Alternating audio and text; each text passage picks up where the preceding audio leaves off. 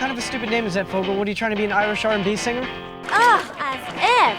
There's a formula, a very simple formula. Everybody's a suspect. Lick it up, baby. Lick it up. 69, dudes! Et bonjour à tous et bonjour à toutes et bienvenue dans ce nouvel épisode de Sounds Like Teen Spirit, le podcast entièrement dédié au teen movie. Une fois n'est pas coutume, je suis une fois encore accompagné de Juliette. Bonsoir. d'Antonin. Bonsoir. Et de Hugo. Bonsoir. Et cette fois-ci, on va parler d'un film qui nous tient tout particulièrement à cœur, puisqu'il s'agit de Heathers.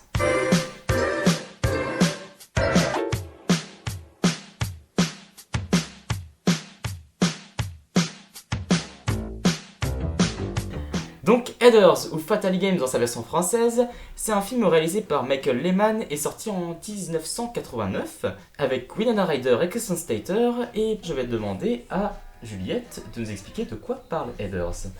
Heathers, donc ça parle d'un groupe de filles dans un lycée qui sont très très populaires, les Heathers, du coup voilà. Et en fait on va suivre plus particulièrement le parcours de l'une d'entre elles, qui dès le début on voit qu'elle est un peu différente de toute façon, donc qui est jouée par Winona Ryder, et on va particulièrement suivre en fait sa rencontre avec J-Day, et comment tous les deux vont un peu partir en vrille, voilà, on va un peu dire comme ça. On peut dire oui. les choses clairement, oui. Et comment cette rencontre va complètement bouleverser et la vie de Winona Ryder et la vie de tout le lycée en fait. C'est un résumé concis et suffisamment mystérieux, effectivement. Merci. Et donc Juliette, tu avais vu le film avant l'émission, c'est ça ? Oui, moi j'avais déjà vu le film du coup il y a quelques années, je crois il y a 2 ans. Et je l'avais beaucoup aimé déjà à l'époque. Et je l'ai revu pour le podcast et ça a été la révélation ultime. C'est-à-dire que je l'annonce ici, je pense qu'il va rentrer dans mon top 10.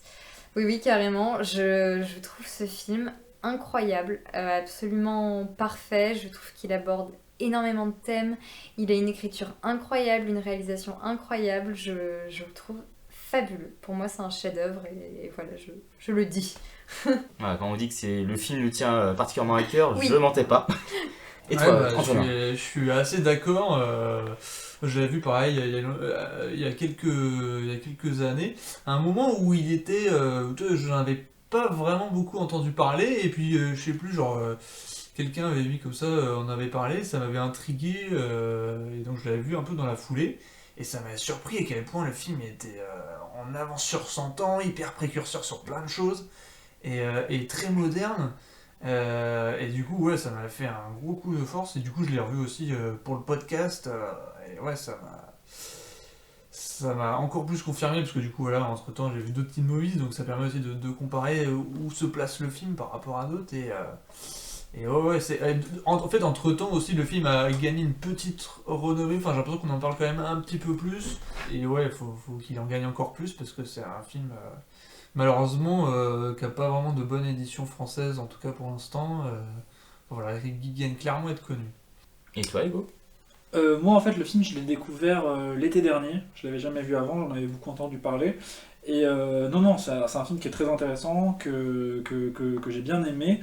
Je suis pas aussi emballé que vous sur l'aspect cinématographique. Je trouve que c'est dans le genre du teen movie, c'est vraiment très intéressant. Parce que ça a ouvert la voie à plein de choses et que c'est vraiment eu un ovni lorsqu'il est sorti. Mais après, en tant que film en lui-même, je trouve qu'il y a quelques défauts dans le scénario ou même dans le rythme. Mais non, c'est un film très intéressant, en tout cas en tant que teen movie. Moi, je vais faire un peu, je vais être un peu entre vous deux, en fait, dans le sens où je suis à la fois d'accord, c'est vrai que c'est un film qui a pas mal de défauts, je trouve, notamment en fait au niveau du rythme. Je trouve que le film, des fois, enfin surtout sa seconde partie, a du mal à réussir à capter notre intérêt jusqu'à son climax. Mais en même temps, en fait, c'est un film, là, ça faisait, je pense, enfin, c'est un film que j'ai vu finalement assez de fois, beaucoup de fois. Je crois que là, ça faisait la 4e fois que je le regardais, je pense. Et c'est en fait, à chaque fois que je le vois, c'est un film qui me fout une claque, en fait, à quel point c'est un film qui est couillu, en fait. Je trouve, qui est couillu, en fait, déjà dans son thème. qu'on va maintes fois aborder ici. Et enfin, c'est surtout qu'en fait, je m'attendais pas en fait à ce qu'il soit aussi osé. C'est-à-dire que moi, j'avais entendu parler du film, je faisais des recherches autour de Detention de Joseph Kahn, dont on parlera sûrement un jour ou l'autre. Et beaucoup de gens justement comparaient le film où ils disaient c'est Heathers mélangé à Scott Pilgrim. Et du coup, ça m'avait intrigué. Je me suis dit qu'est-ce que c'est Heathers? Et c'est là où vraiment j'ai commencé à découvrir le film, etc. Et vraiment, c'est ça, je fais ah ouais, quand même, c'est hard en fait. Surtout que voilà, faut quand même se dire que 88, 89 même, c'est quand même une époque qui était quand même assez. Enfin, le teen movie avec quelques petites parts d'ombre. Ah, Breakfast Club, c'était il y a 3-4 ans. Bah, quoi, c'est ça, avant. c'était pas si vieux que ça. Même Ferris Bueller, il y avait pareil, il y a quelques petits propos un peu sombres dedans, mais c'est pas non plus du gros. C'est pas non plus du grand nihilisme comme Heathers peut le proposer.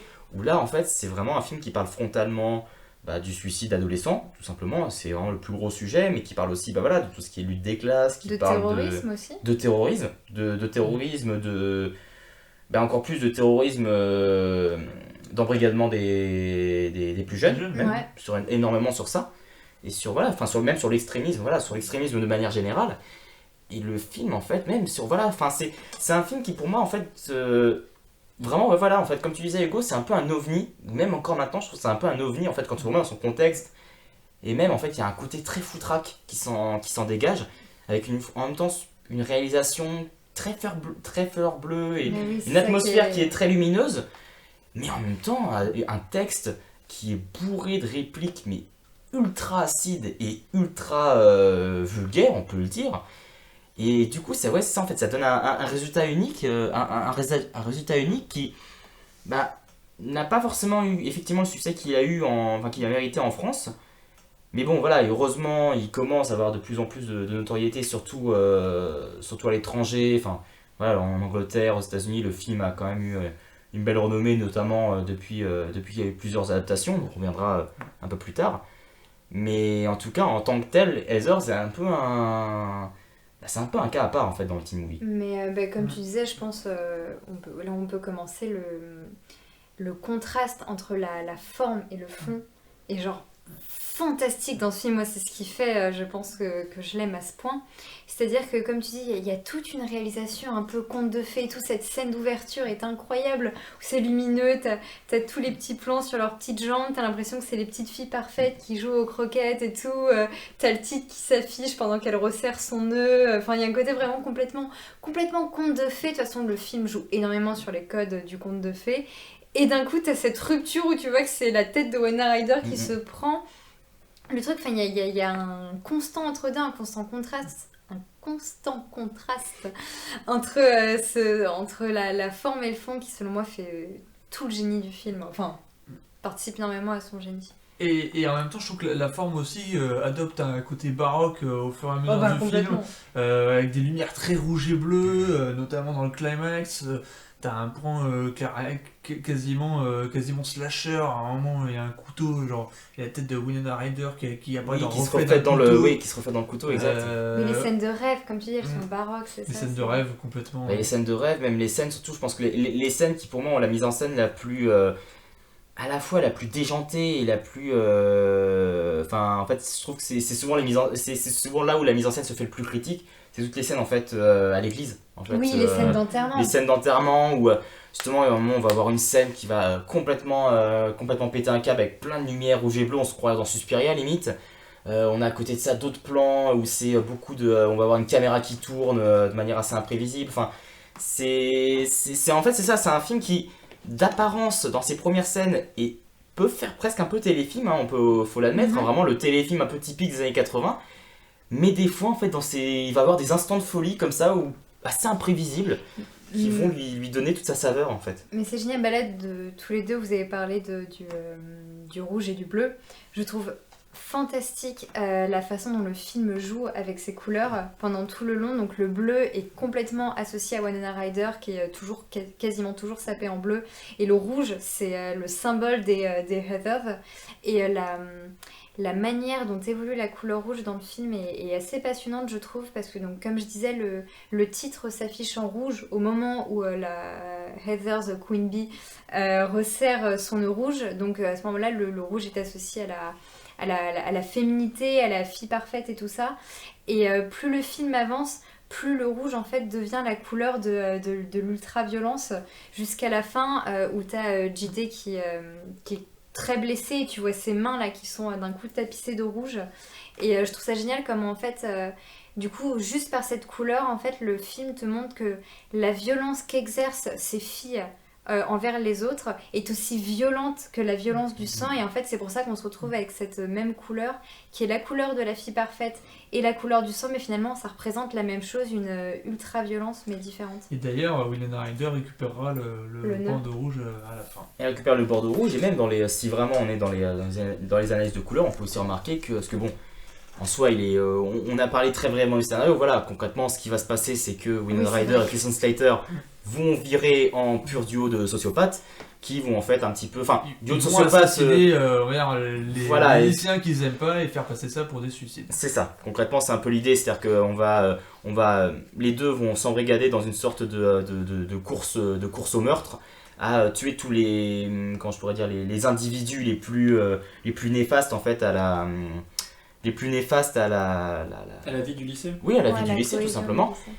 Et voilà, et par exemple donc le premier meurtre qui est forcément le plus symbolique, c'est une des headers justement qui se fait assassiner, qui est pas plus ou moins c'est plus ou moins par accident. Enfin, disons que c'est intentionné par J-Day mais pas par Veronica. Et voilà, où pareil, elle se met à avaler un liquide bleu. Donc on retrouve à chaque fois en fait ce genre de petits codes couleurs. Mais c'est ce qui participe en fait, c'est ça, à ce côté film assez ovni, où en fait on sent que c'est un... En fait, plus le film avance, plus il adopte en fait un registre très proche du film d'horreur pur, en fait, du film d'horreur social, on peut presque le dire. C'est pour moi en fait, c'est ce qui me surprend encore maintenant, et je trouve que très peu de teen movie en fait arrivent à prendre ce sujet aussi sérieusement. C'est qu'en fait il ne prend pas de gants en fait dans les sujets qu'il aborde. Il utilise beaucoup de cynisme évidemment, mais c'est toujours un cynisme très très très taquin. Justement, pour ce qui est de la question du suicide, c'est vraiment le genre de film qui ne va absolument pas prendre de pincettes sur le propos, et qui a montré en fait qui montre littéralement le suicide comme un effet de mode et comme un moyen de se sentir important au sein du lycée. Et c'est quelque chose en fait c'est un cynisme qui est très difficile à appréhender là comme ça vu comment on le raconte.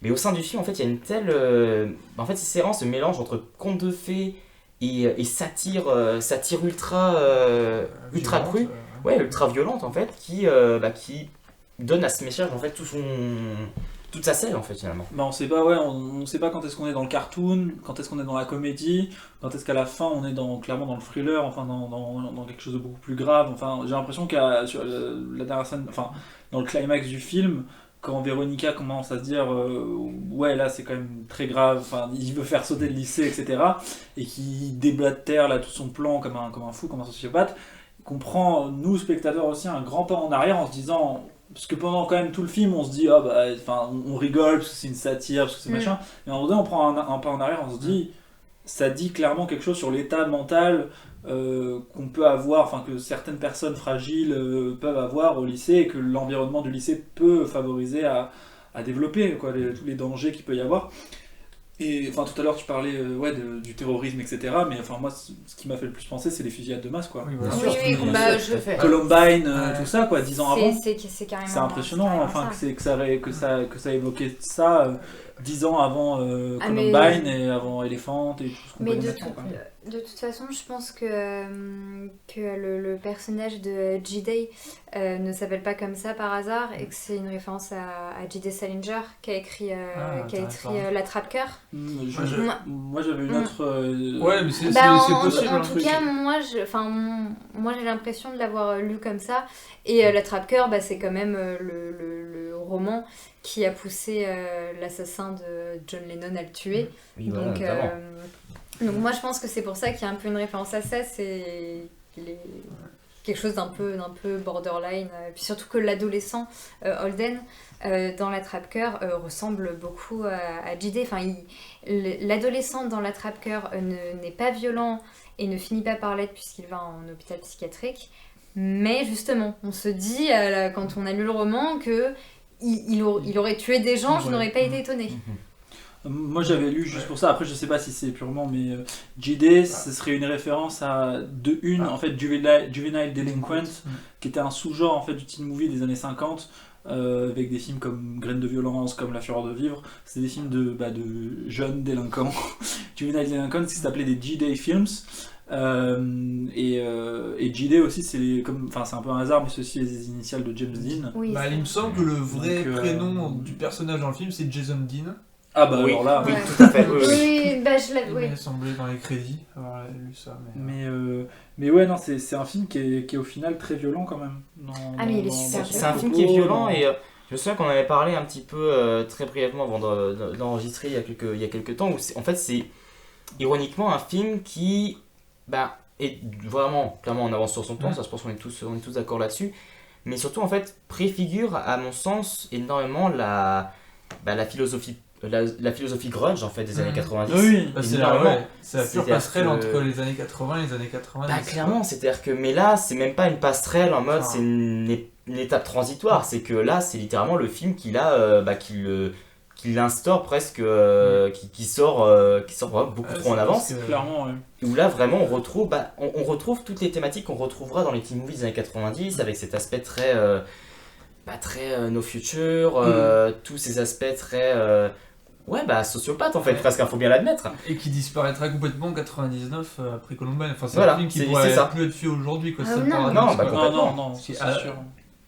D'ailleurs, la série, on en parlera peut-être plus tard, mais la série a eu des problèmes parce que il y a tellement de shooting dans les lycées américains ces dernières années que, en gros, la série, on va sortir maintenant. Ah non, on sortira plus tard parce qu'il y a eu un shooting récemment. Enfin, vu le résultat, elle aurait mieux fait de jamais sortir. Ouais, moi j'ai. On reviendra sur le sujet un peu plus tard. Je trouve que la série n'a rien compris au film.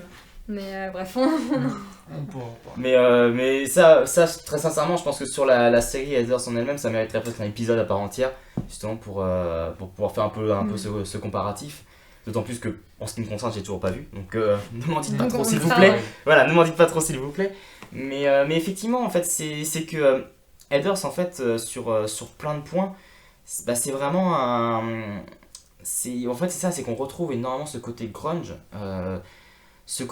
Mais en fait vraiment une volonté très très poussée à en fait essayer de gratter un peu le vernis des apparences. Oui, c'est ça.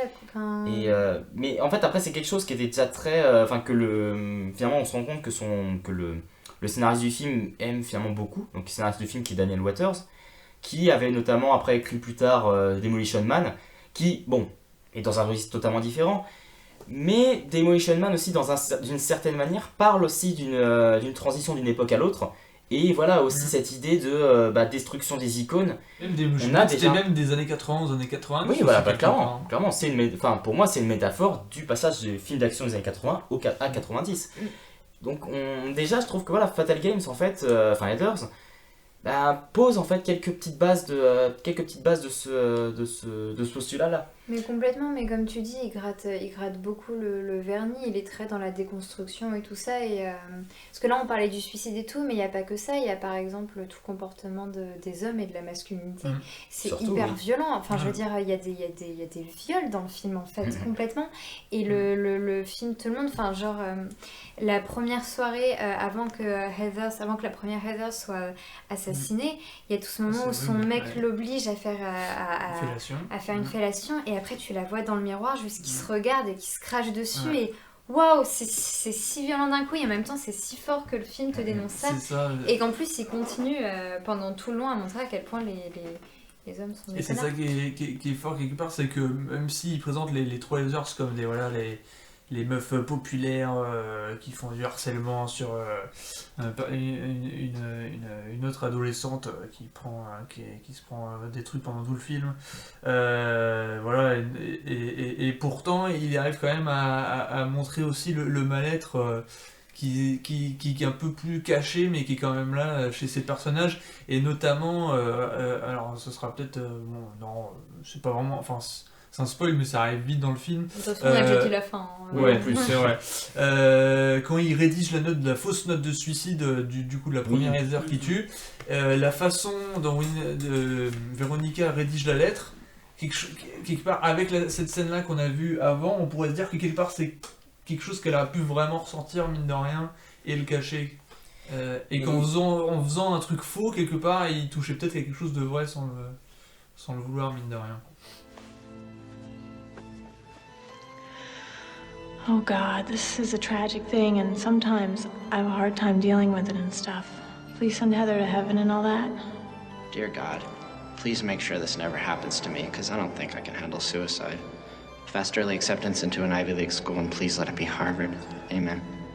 Jesus, God in heaven, why'd you have to kill such hot snatch? It's a joke, man. Jeez, people are so serious. Hail Mary, who aren't in heaven, pray for all the sinners, so we don't get caught. Another joke, man. I prayed for the death of Heather Chandler many times. And I felt bad every time I did it, but I kept doing it anyway. Now I know you understood everything.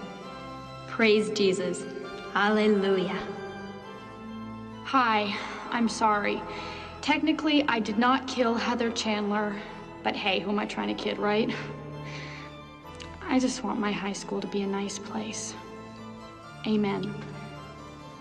Did that sound bitchy? Il y a beaucoup de ça en fait, et même de manière générale, c'est un postulat en fait, enfin c'est un constat très nihiliste que le film porte, et voilà, toujours un constat très grunge où, voilà, au début du film, on nous montre effectivement les Heathers comme vraiment les pires garces du lycée, mais voilà, très vite, en fait, comme JD en fait va un peu guider le regard de Véronica sur les cibles à abattre, bah, en fait, on va avoir une sorte de constat que tout le fonctionnement du lycée en lui-même en fait est pourri de l'intérieur, est totalement pourri de l'intérieur. Et voilà, si ça va pas être les garces BCBG, bah ça va être les sportifs masculinistes. Puis même si on les tue, ils reviennent aussi. Bien sûr. Et l'idée, il y a toujours le type de la Heathers qui revient quoi qu'on fasse. C'est ça, c'est qu'en fait voilà, en fait le film aussi porte un peu ce constat en se disant qu'en fait c'est presque une boucle sans fin. C'est une boucle sans fin qui va toujours qui ne va forcément jamais cesser. Et donc d'une part, ça parle voilà de ces sortes de classes qui ne peuvent pas forcément bouger, simplement parce que c'est des choses qui sont un peu acquises dans le milieu scolaire. Mais en plus de ça, ça nous montre également que ce mal-être-là, le mal-être adolescent de manière plus générale, reste commun à tous et à toutes. Enfin, par exemple, je sais que l'un des personnages en fait qui est le plus, je trouve le plus symbolique là-dessus, c'est le personnage de Martha, qui en fait Martha déjà elle a que donc c'est la jeune femme qui est bully par les Heather, donc ils vont lui envoyer des fausses lettres d'amour, etc., juste pour se moquer d'elle. Elle a très peu de paroles dans le film, mais au final ça reste un symbole assez important parce que c'est toujours le personnage qui reste en retrait, mais qui en fait est la cause principale en fait du mal-être qui entoure tout le lycée. Il y a un plan magnifique avec ce personnage quand elle est assise sur les gradins du stade, complètement vide avec la lumière du soleil qui pénètre. C'est un plan superbe, je trouve, qui résume très bien la solitude. La solitude du personnage qui finalement est tellement seul et tellement à part et tout que c'est la seule qui tente de se suicider pour de vrai. C'est ça. Et qui rate qui arrive à rater son suicide. Enfin, c'est terrible. Et c'est ça, c'est quelque part le mal-être ne peut tellement pas être revendiqué que même un suicide est pris comme une cote de popularité qui augmente. C'est exactement ça en fait, c'est que le film en plus de ça, et c'est ce qui pour moi le rend vraiment aussi grinçant en fait sur la question de la popularité au lycée, c'est qu'en fait il met surtout en lumière l'hypocrisie en fait, l'hypocrisie de la popularité et ses risques. Et en l'occurrence, voilà, c'est ça, c'est qu'on se rend compte que le film il nous le dit pas évidemment, il critique cet état de fait, à aucun moment il ne glorifie le suicide, encore heureux. C'est même une critique de la glorification en fait c'est ça, c'est exactement avec ça. la parodie de la comédie musicale, en fait, voilà, Do It. tout à fait. Quelque part, on pourrait parler de 13 Reasons Why, Code de Orange. Complètement, enfin, je trouve ça super intéressant comme le film traite de la société de consommation et du fait qu'on devient tous des objets. Et c'est ça en fait, le suicide finalement devient un argument de vente, devient un objet. Et même les personnages, enfin je trouve ça passionnant, les personnages même à la fin ne savent même plus à quel point ils sont conditionnés ou ne le sont pas. Il y a toujours le truc, enfin quand JD il dit je vais faire exploser le lycée et on va se rendre compte que c'est pas la société qui a influencé le lycée, mais c'était le lycée qui était la société. Et là tu te rends compte qu'en fait on sait plus où on en est, on est dans une boucle, on sait pas ce qui est du fait de la société, enfin c'est... Non, en fait c'est ça, c'est que le film est, contrairement au film des années 80 ou qui pouvait être mélancolique, qui montrait des fois une vision du lycée qui n'était pas forcément idyllique, avec tous les problèmes, le mal-être adolescent, etc. Là, le truc, c'est que le film, il dit que le lycée, c'est pas juste un mauvais moment à passer et puis après ça ira mieux. C'est vraiment, le lycée, c'est la société, d'après, c'est la vie en fait. C'est juste la société qu'il y a après, le monde adulte, c'est juste un dérivé de ce que tu vas connaître en fait au lycée. Et donc, tous les mots que tu connais au lycée vont juste être amplifiés par la suite. Enfin, c'est comme ça que résonne un peu JD. Alors c'est un peu extrême, etc. Mais c'est comme ça que lui il résonne. Et c'est comme ça, et c'est pour ça que pour lui, en fait, détruire le lycée, c'est détruire la société. Il y a un côté un peu anarchique, machin, dans ce sens-là. Mais ça, oui, ça va dans l'esprit grunge. Enfin, ça préfigure, en tout cas, parce qu'on n'y était pas encore, mais ça préfigure un peu l'esprit nihiliste des années 90. Et d'ailleurs, les parents sont assez peu présents dans le film, mais ils ont quand même quelques scènes. Et il y a notamment un dialogue extraordinaire où il y a Véronica qui demande à sa mère ou à ses parents de la traiter comme un être humain. Et là, sa mère qui lui répond, mais justement, si tu poses cette question, c'est parce qu'on te traite comme être humain et qu'en fait, entre adultes, c'est le lycée, mais grandeur nature, quoi. Enfin, c'est les mêmes rapports sociaux qui se répercutent, quoi. C'est ça, oui, juste le monde adulte, c'est juste un lycée en grande nature, c'est ce que soutient un peu le JD, en fait, et puis le film en lui-même. Mais c'est vrai que le film, il est sorti en 89, la même année où il y a un autre film, toujours avec Christian Slater, que je préfère un peu personnellement, mais qui est un peu sur le même thème, qui est Pop-Up the Volume, un peu plus positif, qui est un autre teen movie, qui est assez déprimant, assez dépressif. Un peu plus positif, je trouve, quand même. Oui, qui est un peu plus positif, mais qui est quand même assez sombre sur le point de vue adolescent, et qui est plus sombre, mais peut-être moins nihiliste, en fait, au niveau moins nihiliste, mais c'est moins comique, hein. C'est-à-dire que oui, bien sûr, c'est un vrai drame plutôt réaliste, etc. Alors que Heathers, quand même, par moment, il y a un côté cartoon, quand même, qui est assez assumé, quoi. Mais non, c'est assez étonnant que ces deux films qui soient sortis la même année, avec en plus un même acteur en commun, même si entre JD de Heathers et Pop-Up the Volume, il n'y a absolument rien à voir dans les personnages de Christian Slater. Totalement, mais je trouve qu'en soi, en fait, le personnage de Christian Slater, en fait, en plus de ça, c'est-à-dire que, voilà, tout le film, on le décrit comme, comme l'anarchiste par excellence, comme celui qui veut la destruction, etc.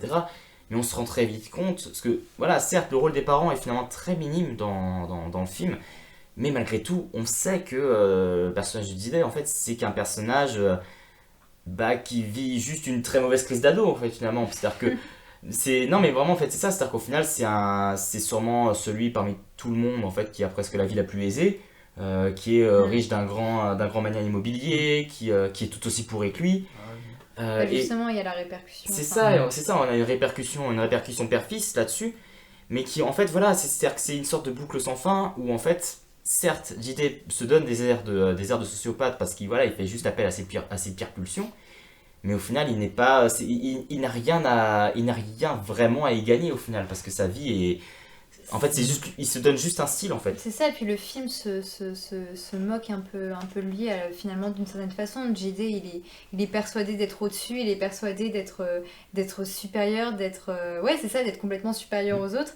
Et en fait on se rend compte que non, en fait il est justement exactement comme les autres, il est exactement comme son père l'a éduqué, il est le fruit de la société comme tout le monde en fait.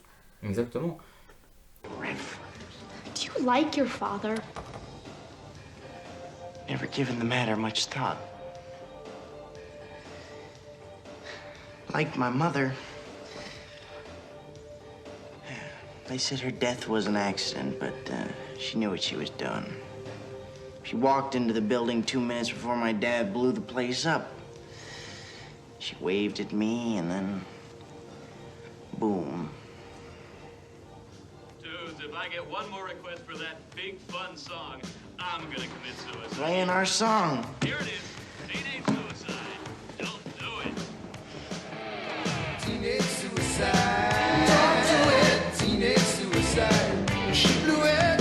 Teenage suicide. Don't do it. Teenage. That's it. We're breaking up. What? You can't bring him back. You must know that. I am not trying to bring anybody back except maybe myself. And to think there was a time when I actually thought you were cool. Man, if you can't deal with me now, then just stay home and shoot your TV. Blow up a couple toasters or something. Just don't come to school and don't mess with me. Après, ce cynisme, il faut quand même aussi l'admettre, hein, c'est que ça vient aussi de là où vient Henner, c'est-à-dire qu'en soi, ça reste un film qui vient de la boîte New World Pictures, donc qui était une boîte ancestrale de Roger Corman, donc qui a produit moult séries B, etc. Et donc ce côté série B finalement, enfin voilà, comme tu dis, en fait, ce côté cartoon déjà de base. Des films de genre en fait. Ouais, c'est ça en fait. C'est un film de genre. Hein, c'est un pur film de genre. Mais il joue complètement avec tous les codes du film de genre. Il joue là-dessus complètement, c'est-à-dire que bah voilà, en fait, comme tu disais Antonin, toutes ces influences presque slasher avec certains plans, même des fois, voilà, justement, les scènes de nuit qui sont vraiment esthétisées, presque à la Halloween, ou etc. Et en fait, c'est ça, c'est que c'est vraiment ce genre de film, en fait, qui est à la frontière de tout, qui à la fois peut se vanter d'être une comédie très noire, mais aussi dans le pur film de genre, en fait, finalement. Ce qui est assez étonnant, c'est que Daniel Waters, le scénariste, a écrit à la base le film pour Stanley Kubrick, aussi étonnant que ça puisse paraître. J'ai vu ça, ouais. Et supposément la scène à cafétéria sur un hommage à Full Metal Jacket. Même quelque part, Christian Slater, son jeu, il fait un petit peu penser à Jack Nicholson dans Shining. Oui, clairement. Avec un personnage qui vrille de plus en plus dans la folie. Et c'est marrant parce que ça va un peu, c'est pas très cartoon finalement. On se dit que c'est un Kubrick. C'est ça, mais pourquoi j'aurais vraiment adoré voir Heathers en réalisé par Kubrick pour le coup, j'admets, mais après finalement dans un sens c'est que je pense que bon, après Kubrick l'aurait sûrement mis de manière beaucoup plus tragique en fait. Là où le film, là où Heathers en fait arrive à quand même garder cette sorte de légèreté, enfin cet entre-deux en fait. Il maintient toujours une sorte d'entre-deux où il est un peu. En fait c'est ça, en fait, en le revoyant en fait ça me faisait penser au genre de film un peu à la Fight Club en fait. C'est-à-dire que c'est en même temps un film qui va, d'un premier point de vue en fait, d'un premier sous-texte peut faire penser à un film qui prône un message très anarchiste, mais qui au final, avec le recul, critique en fait ce même anarchisme.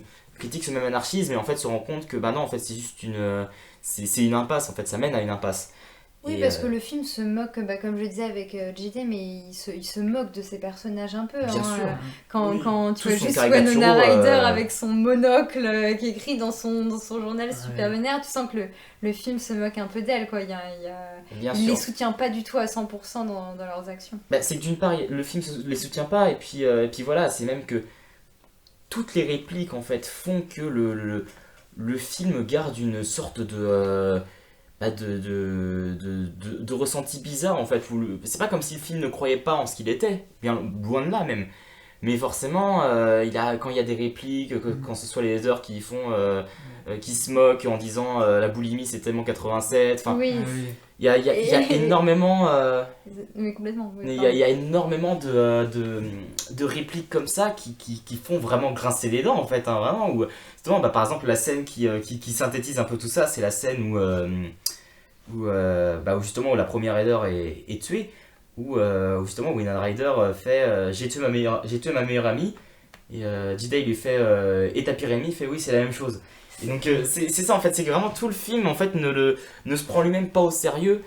Et tout en étant très sérieux et en faisant passer les trucs exactement, en assez fait, c'est ce subtilement, qu'il parce montre que- n'est pas sérieux, mais ce qu'il sous-entend et ce qu'il Parce sous-entend que- l'est beaucoup moins. Parce que Pas tu beaucoup parlais plus. de la boulimie justement de l'une des Heathers, où là il y a cette vanne, la boulimie c'est tellement 87, et à ce moment-là déjà, donc t'as quand même la petite réplique de Véronica qui lui dit tu devrais pas aller voir un médecin quand même, donc déjà tu sens que le film te dit quand même mais c'est un problème, mais surtout quand la première Heathers meurt, tu vois l'autre qui mange du poulet.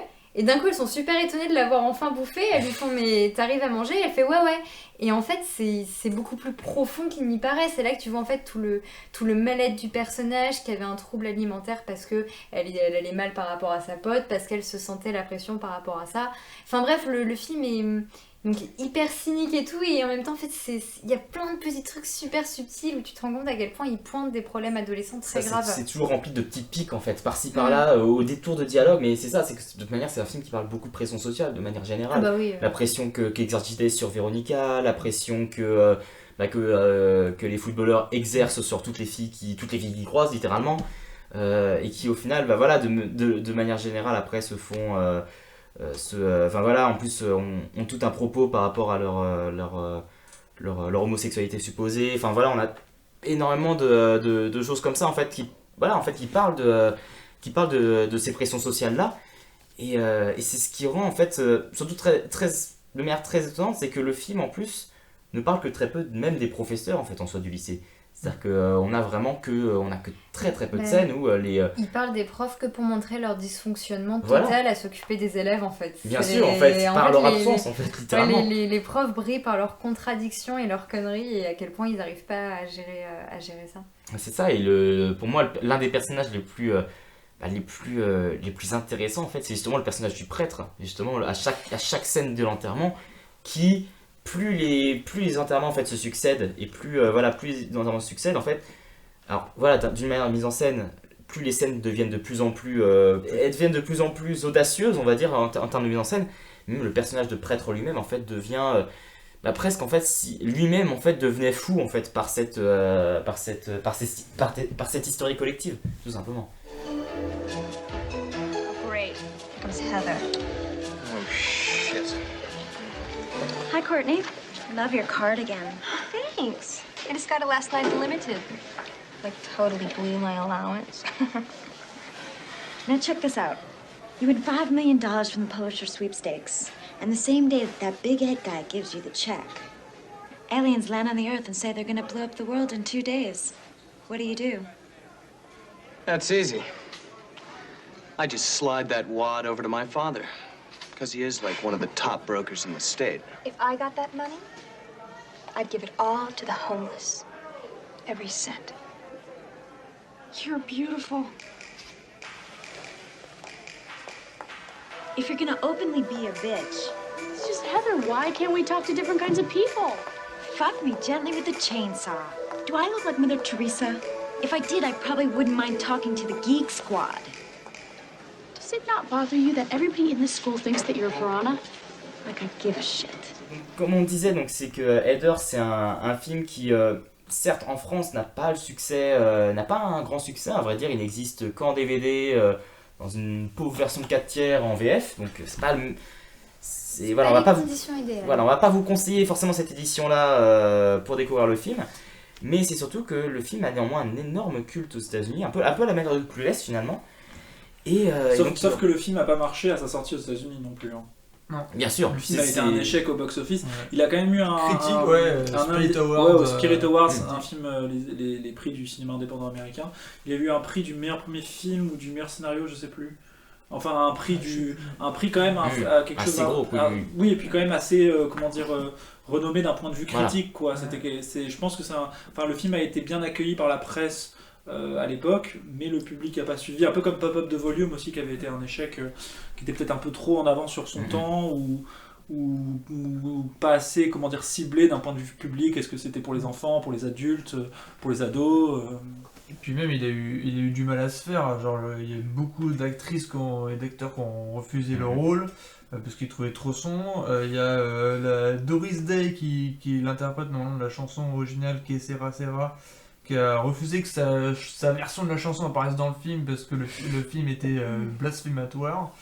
Et donc ils ont utilisé une reprise. Enfin voilà, c'est un film qui était considéré comme très sombre dès son écriture. Après, pour le coup, je pense que ça peut très très bien se comprendre parce que enfin, essayer d'imaginer le scénario du film, si on n'a aucune idée de comment ça va rendre à l'écran, c'est ultra casse-gueule. Franchement, moi je serais acteur ou actrice ou je sais pas, enfin un jeune acteur ou une jeune actrice qui a déjà une petite renommée qui est en train de se créer à Hollywood. Je vois un projet comme ça passer sur mon bureau, je me dis ça c'est un gros risque. Bah pour le coup, j'ai pas envie de le faire. Pour Winona Ryder, il me semble que justement c'était elle-même qui a insisté pour y participer. Alors que son agent lui avait dit si tu fais ce film, ta carrière est terminée. Oui. C'est un risque, c'est ça, c'est un très très gros risque. Après moi je trouve que c'est pour ça que j'ai un peu des réserves sur le film. Je trouve que c'est justement cette ambivalence dans les tons qui me pas qui me gêne, mais enfin j'ai du mal à voir est-ce que c'est une satire, est-ce que c'est quelque chose d'un vrai drame, est-ce que c'est quelque chose d'un très cartoon. J'ai du mal à suivre, et puis aussi le problème de rythme un peu, je trouvais. Oui, non, ça je suis tout à fait d'accord. Mais c'est un peu symptomatique de pas mal de films des années 80. Je pense que il y a pas mal de films d'années 80 qui ont un rythme assez lent, à un moment donné, un creux dans le milieu. Un troisième acte qui met du temps à se lancer. Mais non, pour le coup, c'est de l'ambivalence un peu du ton que j'ai un peu, et puis même de la mise en scène qui est des fois très expressionniste machin, et puis des fois qui est très téléfilm quoi, très simple. Et je savais pas trop où ça se situait quoi. La musique aussi qui est pas terrible, je trouve. C'est un détail. Je l'ai plus en tête, donc ça veut dire que c'est ça. Voilà, c'est pas un bon signe en général. Mais non, effectivement, qui est très anecdotique. Hein, on va pas se le cacher. Hein. Mais malgré tout, voilà, c'est un film qui, ça me donne une transition toute prête, la musique, puisque effectivement, Heathers, en fait, finalement, a gagné une nouvelle popularité depuis les années 2010, on peut dire, puisque depuis 2010, c'est devenu une œuvre de comédie musicale, donc d'abord à Broadway, puis maintenant très souvent populaire autour de Londres. Et donc Juliette, toi t'as pu un petit peu te renseigner là-dessus surtout. Ouais, juste c'est pour la conseiller très très fort. Voilà. Non, du coup oui, il y a Heathers, le musical donc qui a été écrit par Lawrence O'Keefe et Kevin Murphy, qui sont aussi ceux qui ont fait le musical de Mean Girl après, qui est très intéressant aussi. Mais je préfère quand même Heathers. Et c'est un musical qui est super intéressant et que je conseille très fort comme continuation du film. Même si vous n'arrivez pas à trouver il y a des captations sur Dailymotion, mais même sans la captation, juste l'album original, déjà les chansons sont fantastiques. Elles sont très très drôles.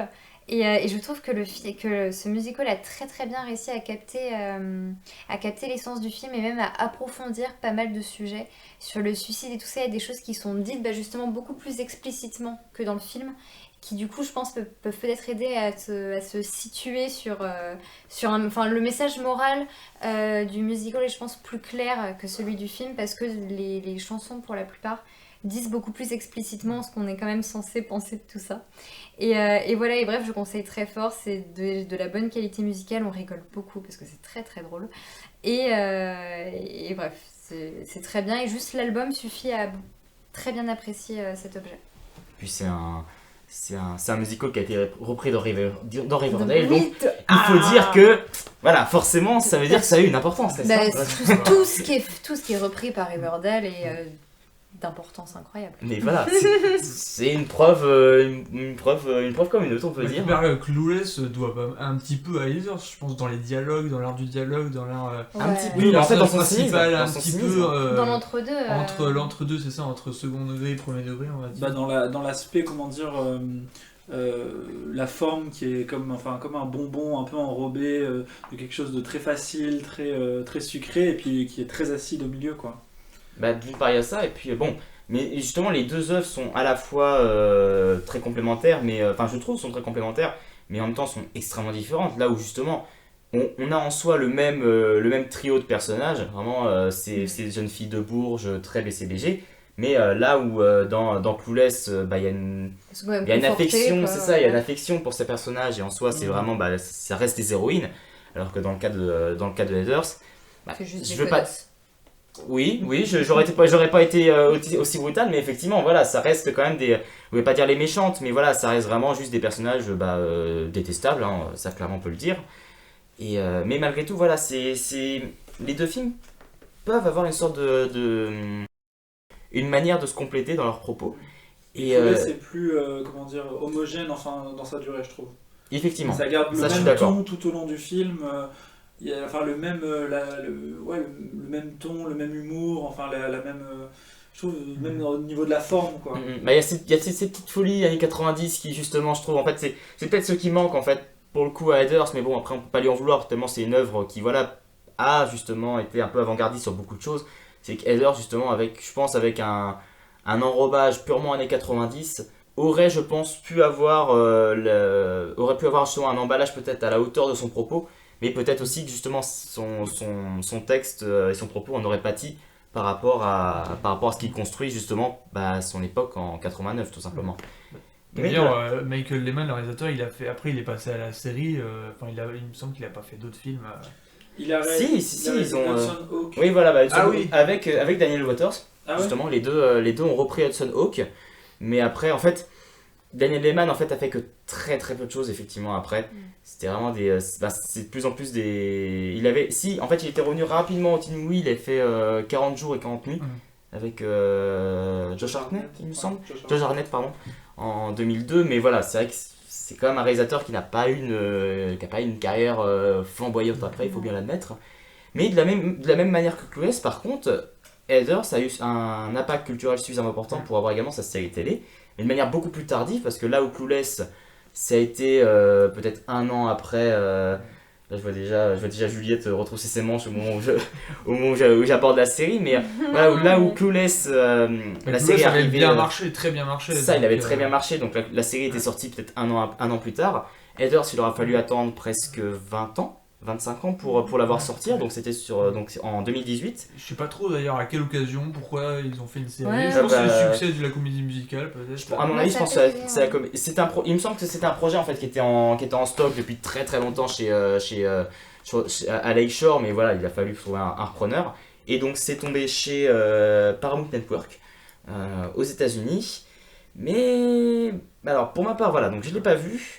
Mais c'est vrai que c'est une série qui a quand même eu des retours, rien qu'à son trailer en fait, qui ont eu des retours désastreux.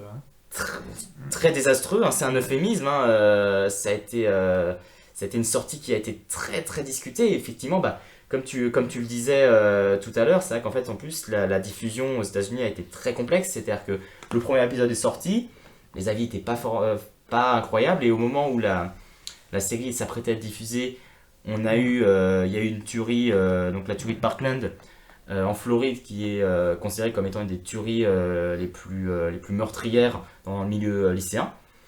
Donc par conséquent, vu le propos de Heathers, les showrunners ont trouvé que c'était un peu de mauvais ton de diffuser la série. Donc pourquoi un mauvais timing, sauf qu'en ce moment il n'y a aucun bon timing. C'est ça en fait, c'est que du coup ce qu'a seulement fait la série, ce qu'a seulement fait la chaîne, qui avait pourtant déjà vendu les épisodes à l'étranger. Ils ont diffusé la série vraiment en catimini, ils l'ont d'abord sorti sur leur service streaming, puis après ils l'ont passé à la télé, mais dans une version ultra censurée, au point en fait le dernier épisode n'est même pas sorti. Le dernier épisode en fait a été purement et simplement coupé, il n'est pas sorti en tant que tel. Mais bon, plutôt que ça, je vais plutôt demander à Antonin, parce que donc toi t'as vu la série, oui, donc pour avoir un peu plus d'éclaircissement surtout sur la série en tant que telle. Sans trop en dire, en fait la série, certes elle fait parfois des petits contresens sur le film, elle est clairement pas au même niveau de subversion. Le fait que ce soit des personnes non binaires, je crois que c'est ça. Ouais, ça c'est un truc particulier. Désolé, en fait, mais le point de départ par rapport au trailer était tellement bas que la série est plus maligne que ce qu'elle laisse apparaître. C'est ça, moi je trouvais qu'il y avait quand même 2-3 choses osées, pas forcément effectivement de ce côté-là des intrigues, mais plus par rapport notamment au suicide, où je trouve garde une certaine continuité avec le film. Ça, mais utiliser des minorités pour être les bullies. Ouais, bah, pour moi, c'est les leaders, en fait, c'est ça, c'est un contresens total, en fait. Total, en Ouais, fait. bah, c'est autre chose. Le personnage de JD, pour moi, est loupé dans la série. Par contre, je trouve que ce qu'ils ont fait de Véronica est assez intéressant. Il est très différent du film, mais plutôt intéressant. L'actrice s'en sort très bien, d'ailleurs. Ça se je trouve, trouve, ça sera... c'est pas inintéressant à regarder, voilà. C'est pas incroyable, mais il y a des bonnes séquences. Mais il y a une séquence sur une chanson de Poison qui s'appelle... bon, j'ai oublié le titre, mais qui est assez jolie, moi, qui m'avait assez impressionné, enfin, qui m'avait pas mal marqué. Voilà, bon, c'est clairement pas indispensable, mais... Mais je vois là sur Wikipédia, au moment où on parle, que Greg Araki a réalisé quand même 2 épisodes de la série. Oui. Ouais, le problème c'est que Greg Araki, on peut pas se fier à En ce ce qu'il moment, a réalisé voilà, récemment. le Greg Araki de 2010, c'est un peu... Il a aussi réalisé des épisodes de certaines Reasons Why. Oui, voilà, par exemple, moi, donc il balance un peu de... Il est un peu dans tous les, dans tous les côtés, mais... N'en parlons pas, j'ai envie de pleurer. Voilà, on va dire ça comme ça. Mais par contre, je pense que Heathers, la série, en tant que telle, ça pourrait être même un épisode à part entière, je pense, pour le podcast, tant les différences, en fait, par rapport à la série ont été... Enfin, par rapport au film originel, ont l'air assez présentes. Mais surtout, en fait, ce qui aurait pu... Parce que donc, du coup, forcément, la série, vu un tel tollé, a été annulée presque dans la foulée par Paramount. Mais par contre, ce qui était intéressant, c'est que la série était au départ prévue comme une série anthologique, où en fait chaque saison était une nouvelle histoire, un peu à l'American Horror Story, où on aurait eu des acteurs et actrices communs à chacune des saisons. Et en fait, le principe, c'est que chaque saison aurait repris le même concept de Heather, donc où vraiment en fait c'est une jeune femme contre tout un groupe, mais dans des lieux et époques totalement différentes. Et la saison 2, par exemple, qui devait s'appeler Heather's Revolution, devait mélanger Heather's avec Marie-Antoinette. Ok, j'aurais bien aimé voir ça. Voilà, et moi, j'ai des regrets. Voilà, sincèrement, en fait, j'aurais été très curieux de voir ça, parce qu'en fait, je me dis, ça aurait été une très belle idée de justement un peu mettre de côté le film de base, le garder en tant que tel, en tant qu'objet culte qu'il est, et justement déjà se dire, dès le début de la série, se dire, on garde la même base de l'histoire, mais on part directement sur autre chose. Bon, après, je pense que, voilà, forcément, c'est beaucoup moins cher, surtout pour une première saison, de reprendre un univers étudiant plutôt que faire une reconstitution de la Révolution. Je pense pas que ce soit les mêmes moyens, surtout pour une petite chaîne comme Paramount Network, mais c'est effectivement, je pense que c'est surtout une belle occasion manquée à mon avis.